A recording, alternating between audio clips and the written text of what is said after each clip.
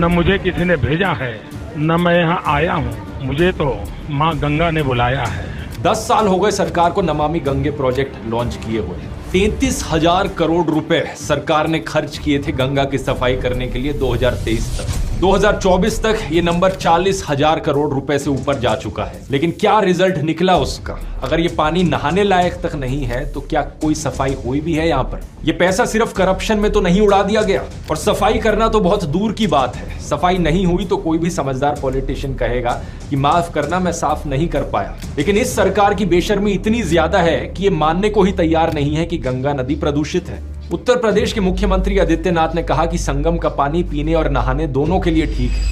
एक press release जारी करते हैं ये, जिसमें कहते हैं कि साइंटिस्ट डॉक्टर अजय सोनकर की एक रिपोर्ट आई है और इस रिपोर्ट के अनुसार संगम समेत 5 घाटों के पानी का टेस्ट करके एक रिसर्च की गई है, जिसमें सामने आया है कि सारे पानी में कोई बैक्टीरियल ग्रोथ नहीं है। इस रिपोर्ट में कहा गया कि गंगा के पानी की सेल्फ प्यूरिफाइंग प्रॉपर्टीज है। गंगा में 1100 प्रकार के बैक्टीरियोफेजेस होते हैं जो नेचुरली पानी को साफ करते रहते हैं। बैक्टीरियोफेजेस असल में नेचुरल वायरसेस होते हैं जो हार्मफुल बैक्टीरिया को खत्म करते हैं। ये बात सच है। 2021 के द हिंदू में छपे इस आर्टिकल को देखिए। इसके हिसाब से एक रिसर्च की गई थी, assessment of water quality and sediment to understand spatial properties of river Ganga. और इस रिसर्च में गंगा के पानी में 1100 तरह के बैक्टीरियोफेज होने की बात की गई। ये बात भी कुछ हद तक सच है कि गंगा के पानी में सेल्फ क्लीनिंग प्रॉपर्टीज हैं, जैसे कि 2020 की ये रिसर्च बताती है। लेकिन इसी के साथ ये रिसर्च ये भी कहती है कि पोल्यूशन लोड इतना ज्यादा बढ़ चुका है कि अब गंगा की सेल्फ क्लीनिंग प्रॉपर्टीज प्रदूषण के सामने काम नहीं कर पा रही, वो सफिशिएंट नहीं है पोल्यूशन लोड को संभालने के लिए।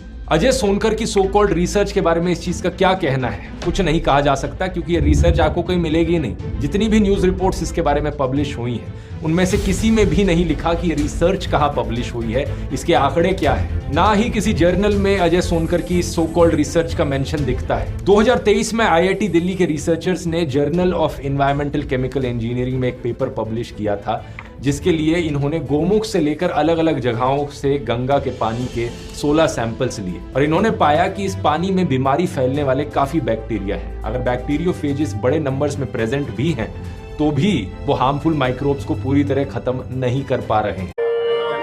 अब सबके समझाई